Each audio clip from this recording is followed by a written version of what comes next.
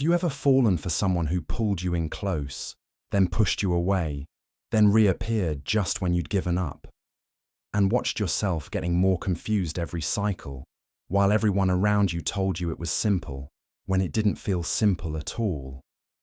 We've all felt misunderstood in a relationship, and anyone who has loved an avoidant person knows that particular shape of pain, the pain of feeling someone's love and feeling them flee from it at the same time, and never being sure which one was real. That's why this channel exists. At the Relationship Blueprint, we take what looks like manipulation, mixed signals, or mind games, and we name what's actually happening underneath. Because once you understand the pattern, you stop taking it personally. And once you stop taking it personally, you can finally make a clear decision about what you want. Today, we're walking through 9 behaviours that look like mind games when an avoidant person is, in fact, deeply attached to you. None of these are deliberate manipulation. All of them feel manipulative when you're on the receiving end. And game number 7 in particular is the one that breaks most people, because it looks like rejection and means the exact opposite. I'll show you why at minute 9. By the end of this video, you'll know what these 9 behaviours actually mean, why they happen, and the one thing you can do that will tell you, definitively, whether the person you're seeing is genuinely obsessed with you or genuinely not interested, starting today. Welcome back to the Relationship Blueprint. Subscribe if you're new video every week. Now, let's talk about the most confusing person you'll ever fall for, the avoidant who actually loves you. Before we get to the 9 behaviours, I need to tell you something important.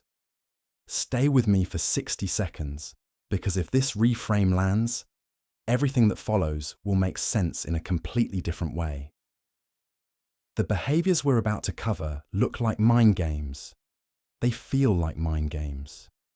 They produce the same confusion, the same emotional whiplash, the same loss of your sense of reality that genuine manipulation produces. But they are almost never deliberate. Avoidant attachment, as defined by Bowlby and Ainsworth and developed in the work of Sue Johnson and Dan Weil, is a nervous system pattern formed in early childhood. The person who developed it learned, typically before age 3, that closeness was either unavailable, inconsistent, or dangerous, so their nervous system organized itself around a single survival strategy: stay independent, don't need anything, don't reach, because reaching ends in pain. That pattern doesn't go away in adulthood. It becomes the architecture of how they love. And when they fall genuinely in love with someone, when their nervous system registers another human as actually important, the alarm bells go off harder than they have in years. Because deep attachment is, to their nervous system, the most dangerous possible experience. Important reframe. What you experience as mind games are not mind games. They are the visible behaviour of a nervous system in conflict, pulling towards you because of the love, pulling away from you because of the fear, often in the same hour. The avoidant person is usually as confused by their own behaviour as you are. They are not playing you. They are losing a fight inside themselves that you can't see. This matters because the conclusion you reach about why they're behaving this way determines what you do about it. If you think it's manipulation, you'll either fight back or harden yourself. If you understand it's an attachment wound, you'll see it clearly, and you'll be able to decide from a position of clarity rather than reactivity whether you want to stay or whether you want to leave. The avoidant who is secretly obsessed with you is not running from you. They are running from the part of themselves that wants you. Understanding the difference changes everything. Stay until game 7, That's the one that breaks most people. It looks exactly like rejection. It means the exact opposite. Most people leave the relationship right when this behaviour appears because they read it wrong. I'll show you the tell that distinguishes it from actual rejection at mine at 9. Game 1. They pull close, then disappear, the proximity-distance cycle. What it looks like. They were intensely present, engaged, connected, almost romantic. Then suddenly, hours or days of silence. No fight, no reason, just gone. What it actually means. The closeness triggered an unconscious panic. Their nervous system experienced the connection as a threat and engaged its oldest defense, distance. The disappearance is not about you. It is about how much you started to matter. The psychology. This is called the avoidant deactivation strategy in attachment research. The closer they get, the harder the nervous system fights to deactivate the attachment. The retreat is in direct proportion to how meaningful the moment was, which is why the deepest moments are often followed by the longest disappearances. Here is what to do. Do not chase. Do not punish. Do not pretend the closeness didn't happen. When they re-emerge, name what occurred neutrally. That was a really connected moment. I noticed you went quiet afterward. I'm curious what that was like for you. This is the conversation that, eventually, gives them language for their own pattern. Game 2, they tell you. They're not good at relationships, the preemptive warning. What it looks like. Early in the relationship, they warn you they're not good at relationships, not the long-term type, not someone who's been able to make this work before. What it actually means, they are telling you the truth. But the truth they don't see is that they're saying it because they already feel something with you that they don't want to lose. People who genuinely don't feel anything don't issue warnings. People who feel something and don't trust themselves with it do. The psychology. This is what attachment researchers call announced unavailability. The avoidant version of a vulnerability disclosure. It looks like rejection. It functions as protection. They are warning you because they have already begun to care, and they don't want to hurt you when their nervous system inevitably pulls back. Here is what to do. Don't argue with the warning. Don't try to prove them wrong. Say something neutral. Thank you for telling me. I hear you. Then watch what they do next, not what they said. The behaviour will be the truth. The disclaimer was the wound. Game 3. They suddenly become too busy, the productive escape. What it looks like. Right after an emotionally significant moment, a deep conversation, a shared night, a relationship milestone, they suddenly cannot meet up, cannot text back, cannot find the time. Work becomes everything. The relationship becomes nothing. What it actually means. Busyness is the most socially acceptable form of avoidance. They genuinely are working, but they are also using the work to regulate their own nervous system after closeness overwhelmed them. The work is real. The using of it as a wall is also real. Both are true. The psychology. Avoidants often have a complicated relationship with achievement. Many have built identities around being self-sufficient, capable, independent. Work confirms that identity. Closeness threatens it. When the two are in conflict, work wins, because work is the safer of the two. Here is what to do. Do not compete with the work. Do not get angry. Do not over-text. Make your own life full and visible, not as a manipulation tactic, but because it actually serves you. Then make one clear, low-pressure statement. I notice we tend to lose touch when work picks up for you. I'm here when you want to reconnect.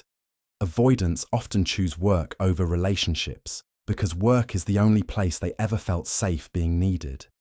The choice is not preference, it is history. Game 4. They bring up their ex, or old crushes, the misread comparison, what it looks like. They casually mention an ex, an old crush, someone who got away. The detail is specific. The timing feels intentional. You walk away feeling compared, and like you came up short. What it actually means. They are not comparing you. They are testing whether you can handle the parts of their inner world they normally hide. Avoidants rarely tell anyone about their past. When they do, it is often a signal of unconscious investment. They are showing you the museum because they have, somewhere, started to consider whether you might live in the house. The psychology. This is a phenomenon called biographical disclosure in attachment-based therapy. Avoidants share old relationships not to compare you, but to make their history visible to someone for the first time. The disclosure is a vulnerability. The fact that it lands as a wound is a result of poor delivery, not poor intention. Here is what to do. Name it directly, without accusation. I noticed you mentioned name. That doesn't bother me, but I'm curious. What made you want to share that with me? This question reframes the moment from comparison to disclosure, which is what it actually was. Game 5. They pick fights right as you get closer. Manufacture distance. What it looks like. Right when things have been going beautifully. A perfect weekend, a deep conversation, a shared moment that felt like a turning point. They suddenly find something to be upset about. The fight makes no sense. The timing is uncanny. What it actually means. They are unconsciously creating distance because the closeness overwhelmed their nervous system. The fight is a tool, not a problem. It does the regulatory work of separation without requiring them to consciously withdraw. It looks like sabotage because it is sabotage. But it is sabotage of the love by the part of them that fears the love. The psychology. This is one of the most reliably diagnostic avoidant behaviours in the research. Sue Johnson, in her work on emotionally focused therapy, describes this as attachment panic disguised as conflict. The fight is not about what the fight is about. The fight is about how close you just got. The fight's job is to put space back in. Here is what to do. In the moment, don't engage with the surface content of the fight. Slow down. Name what you see. I notice we've been really close this weekend, and now we're in a small fight. I don't think this is about topic. I think we're scared of how close we've been. Can we put down the fight and talk about that instead? This reframe, said calmly, is one of the most powerful interventions in a relationship with an avoidant. Game 6. They test you, subtly, repeatedly, without realizing it, the loyalty audit. What it looks like. They cancel things at the last minute. They say something slightly harsh and watch to see if you'll stay. They take longer than necessary to respond, then act normal when they reappear. The pattern feels like games, like they're seeing what they can get away with.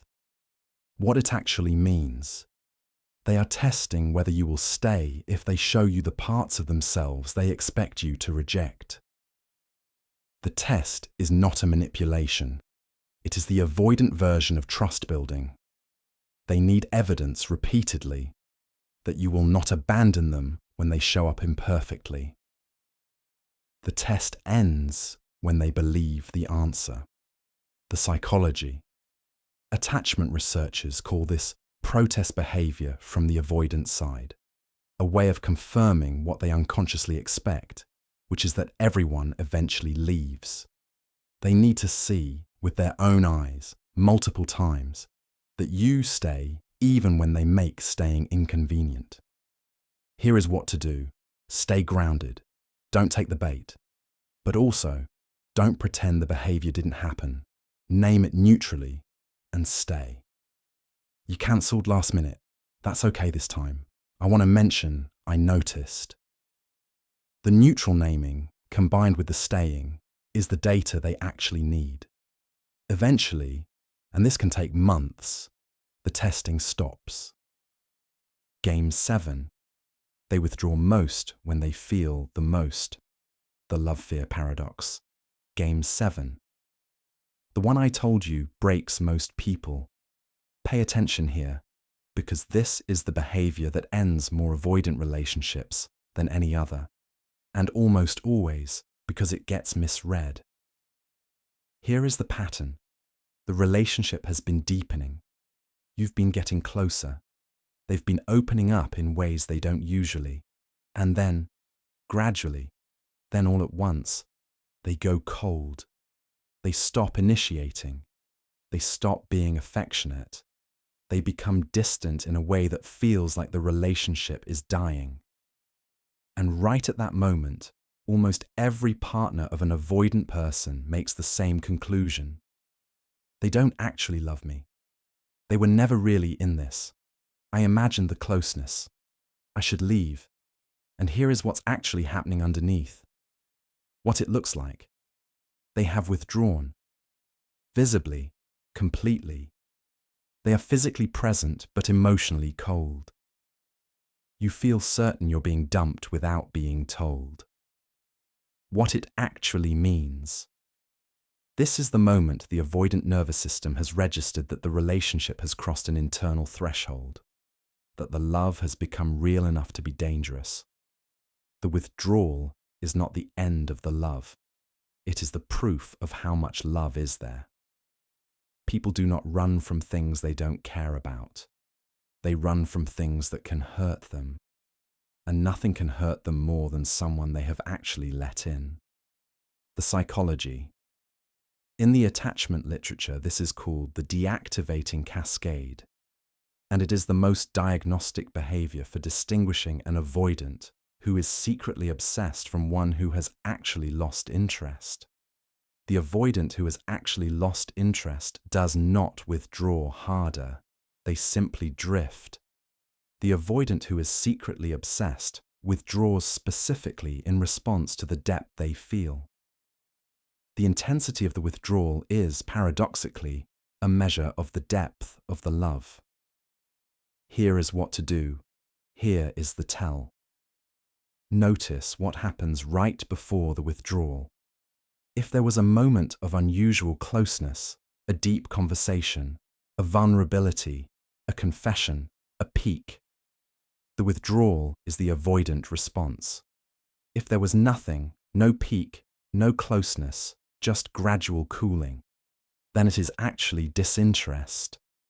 Most people leave when they should stay and stay when they should leave, because they don't know to look at the moment before the withdrawal. That moment is the answer. Avoidants do not withdraw from people they don't care about. They withdraw from people they have started to need. The withdrawal is the evidence of how much it matters. Reading it as rejection is the most common mistake in any avoidant relationship, and the one that ends most of them. Game 8. They reach out just when you've given up, the timing that isn't an accident. What it looks like, you finally pulled back, you finally moved on, you finally accepted that the relationship is over, and exactly then, when the pulling away registers, they reach out. A text, a call, something that pulls you straight back in. What it actually means, the avoidant nervous system is exquisitely tuned to attachment status. When you pull away, their alarm system activates for a completely different reason than when you came close. Not because closeness threatens them, but because the loss of the option of you threatens them.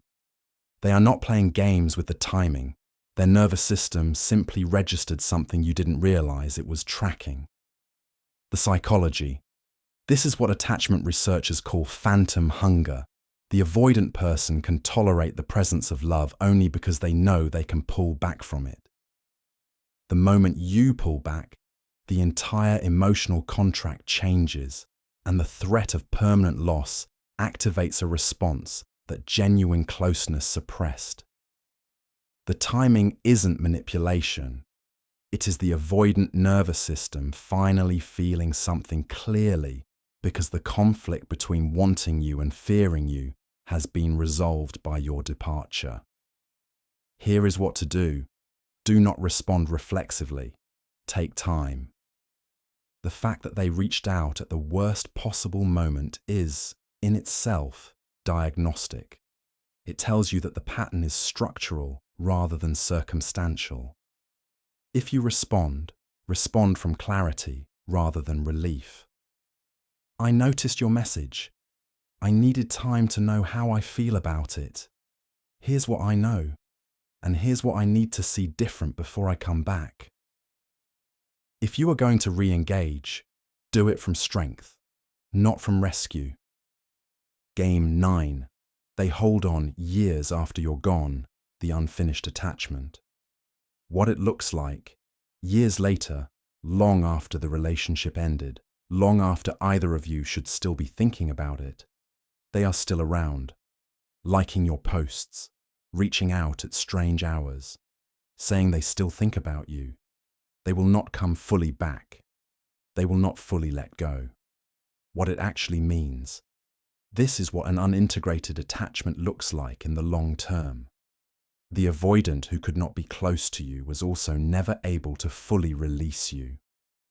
They are holding on to you because the alternative, fully feeling what they've lost, is more painful than the limbo. The limbo is, for them, the manageable form of grief. The psychology. Long-term attachment researchers, including the work of John Bowlby's later students, have documented this pattern in former partners of severely avoidant people. The avoidance that prevented intimacy in the relationship also prevents the grief that would allow them to move on. They are stuck in a holding pattern that costs them and continues to cost you until one of you breaks the pattern. Here is what to do. This one requires the hardest thing of all: complete, clean, non-negotiable distance. Not a fight, not a final conversation, just the steady, complete absence that allows their grief to finally arrive. You are not punishing them by going completely. You are giving them the only chance they will ever have of integrating what your relationship taught them. And you are giving yourself the only chance of being fully available for what comes next. Sometimes the kindest thing you can do for an avoidant who is secretly obsessed with you is to leave so completely that they are forced to finally feel what they have spent a lifetime running from. Not as punishment, as mercy. 9 behaviours, 9 patterns.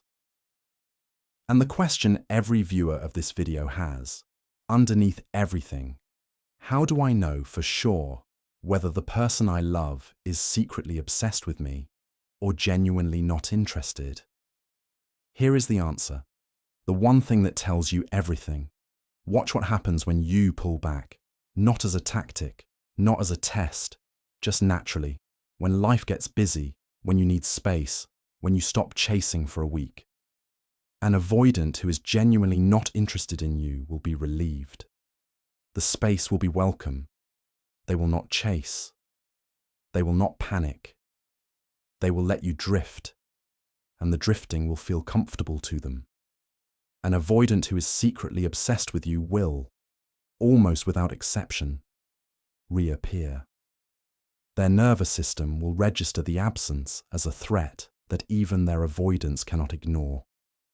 They will reach out, sometimes clumsily, sometimes inappropriately, sometimes with timing that feels manipulative. The reaching is the answer. Their nervous system has revealed something they themselves do not yet know. This is not a recommendation to play hard to get. It is the recognition that the avoidant person's most reliable diagnostic signal is what happens when the option of you is taken away. Their nervous system cannot lie about it. Yours probably has been for a while. Let theirs do the talking for a change. The avoidant, who is secretly obsessed with you, will reveal it most clearly in your absence, not your presence. Stop trying to read them when you're together. Start watching what they do when you aren't. Now, if you've made it this far, you understand the avoidant person you love better than they probably understand themselves. That clarity is real. That clarity is yours. But here is what most people get wrong about avoidant relationships. They focus on the avoidant. They study them. They learn the patterns. They try to decode the behaviour, and they completely miss what is happening on the other side of the relationship, which is almost always anxious attachment. The person who falls for an avoidant is almost never random. They are usually anxiously attached themselves. The two attachment styles are magnetized to each other. Anxious people unconsciously seek out avoidance because the chase mirrors the love they learned in childhood. Avoidants unconsciously seek anxious people because the chase is the closest thing they can tolerate to being loved. If you have been on the receiving end of avoidant behaviour for years or for multiple relationships, the question isn't only what's wrong with them. The question is, what part of you keeps choosing this? And until you understand that, you'll keep finding yourself in the same dynamic with different faces. Anxious attachment. That's the other side of this video. And it's the video most viewers of this one need most. I cover the 10 signs you're secretly anxiously attached in the next one, and the patterns that explain why this keeps happening to you. Watch it now. It's the missing half of what you just learned. Subscribe to the Relationship Blueprint. New video every week. Understanding the avoidant is half the puzzle. Understanding yourself is the other half. I'll see you there.